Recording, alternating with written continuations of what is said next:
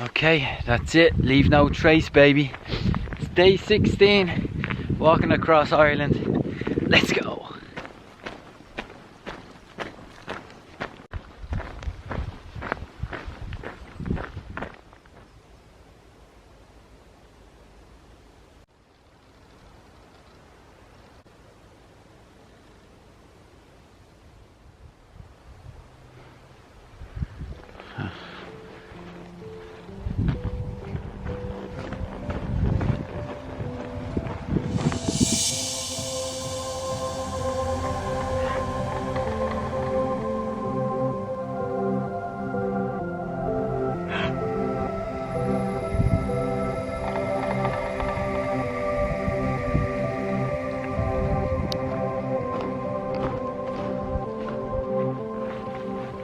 I've gone the wrong way twice this morning.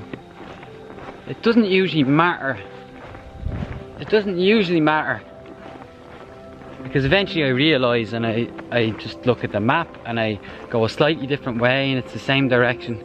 But in this case, today, twice I've gone the wrong way and it's eventually brought me back the opposite way. So, a little bit frustrating.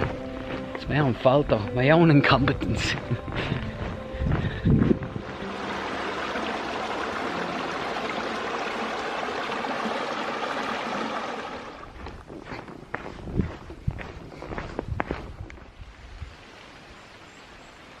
Hi, speaking of which, I came back across the markers here. You see this yellow sign with the arrow and the yellow man with a walking stick. So these mark the trail and I'm on the trail for most of the time. Sometimes I do deviate from it, but this morning I deviated from it by mistake. I just went the wrong way. The thing about these markers is when you're hiking, whether you're worried about getting lost or not, you see them so often. You see them every hour, sometimes every half hour, and you become quite attached to them. It sounds weird, but you do. So when you come back across them again and you're not sure where you are, for example, it's quite a relief to see one. I always say thank you man to the sign. Although that probably says more about my madness than anything else. Thank you man.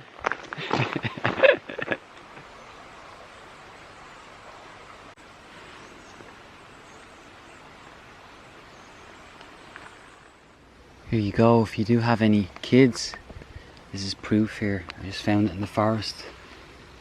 There's a little mushroom house. It's proof that the fairies, they do exist.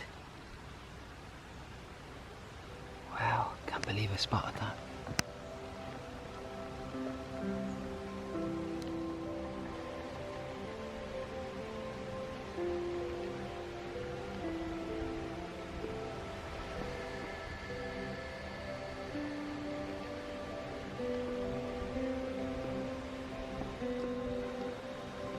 See this, my friends?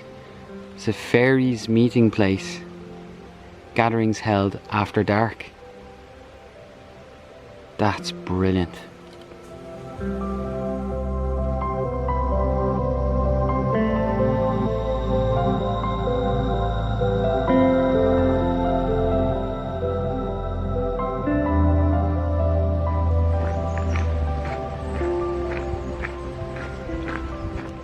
I love to be outdoors, but I don't think any of you need reminding of this. I love getting back to town also, just as much sometimes, especially when I've been out here for a couple of days or more. Even the thought of just sitting down and having a coffee somewhere. Man, that, like, I'm gonna go to the, I think there's a Centra in the next village here, and I'll just sit down outside it, but that for me, that would be just great. That'd be so much comfort.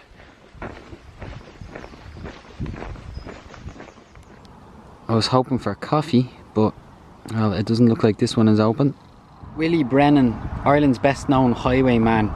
It was said that Brennan was a gallant highwayman who robbed from the rich and gave to the poor, which is so often the story, right?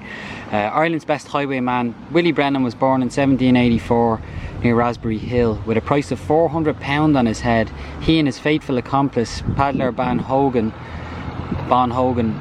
ranged across the Kilworth Mountains just north of us, where I've just come from. Preying on the coach traffic passing through what was then the main route from Cork to Dublin, he was betrayed by a Galtee Mountains woman who they had befriended and apprehended later by militia in 1809, tried and convicted in Clonmel and hanged soon afterwards. It was said that a long cavalcade escorted Willie's remains to their resting place in Kilcrumper Cemetery, which is nearby.